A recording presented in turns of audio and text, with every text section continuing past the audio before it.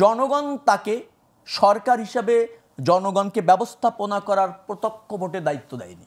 এই জন্য বলছি যে এই জন্য তো আমাদের অন্তর্বর্তীকালীন সরকারটা শব্দটা ব্যবহার করতে হচ্ছে। তা না হলে জনগণের সমর্থন আছে এই কথাও তো অনেকে বলছেন। জনগণের সমর্থন কিভাবে থাকে? জনগণের সমর্থন থাকে ভোটের মাধ্যমে।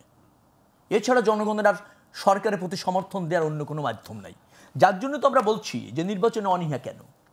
আপনি এনসিপির কথা বলছেন, এনসিপি এবং সরকার অঙ্গাঙ্গিভাবে জড়িত। রাজনৈতিক দলগুলি কোন সংস্কার চায়, কতটুকু চায়, চায় কি চায় না, কিভাবে চায়, নাকি একেবারেই চায় না, অথবা কোনো মতামত থাকলে যে প্রশ্নগুলি ছুড়ে দেওয়া হয়েছে রাজনৈতিক দলগুলির কাছে তার অধিকাংশ হচ্ছে এনসিপির দাবি। এবং আপনি অবাক হবেন যে আমাদের সংবিধান সংস্কার কমিশনের মধ্যে এনসিপির 2 জন সদস্য আছে। সিপাত একজন আছেন, মাহফুজ ছিলেন, মাহফুজ ওখান থেকে সরে গিয়েছেন। আবার ধরেন না, প্রত্যেকটা কমিশনে কিন্তু ওদের প্রতিনিধি আছে। কোন রাজনৈতিক দলের আছে? কোন রাজনৈতিক দলের আছে? তো আবার সরকারে আছে তাদের প্রতিনিধি। জি, সরকারেও আছে তাদের প্রতিনিধি। সরকারকে তো আমি বললাম অঙ্গাঙ্গিভাবে জড়িত, তার প্রতিনিধি বলছি না আমি। অর্থাৎ এনসিপি যা ভাবেন সরকার তা করেন, আবার সরকার যা করেন এনসিপি তা ভাবেন বা বলেন। তো এইরকম একটা জায়গায় যদি থাকে, আমরা তো একটা নিরপেক্ষ সরকারের অধীনে নির্বাচনের জন্য দেশের মানুষ রক্ত দিয়েছে, জীবন দিয়েছে, আন্দোলন আছে, এক দফার আন্দোলন। নির্বাচন তো হাসিনাও করছিল, তার মতো করে করছিল।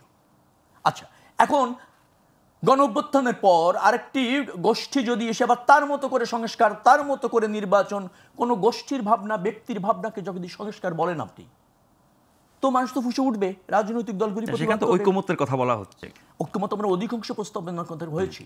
আমরা তো আপনাকে বললাম যে যে সমস্ত সংস্কার রাষ্ট্রে প্রয়োজন, আমাদের চেয়ে আগে থেকেও সংস্কার উপলব্ধি করিনি।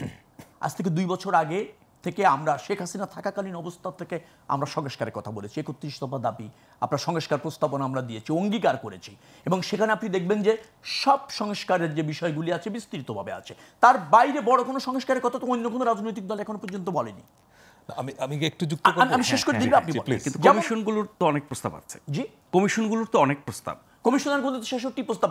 আপনি যদি 166 মানে গুরুত্বপূর্ণ এর বাইরেও আছে। আপনি যদি ওটা সারাংশ করেন দেখবেন যে ওই 31 দফার কাছাকাছি চলে আসছে। কিন্তু অনেকগুলোর সাথে আপনাদের বিরোধ আছে। না, বিরোধ কয়েকটার সাথে আছে। যেটা আপনি সংস্কার করবেন অর্ডিন্যান্স জারি করে, কিন্তু সেটা পার্লামেন্ট ছাড়া হবে না।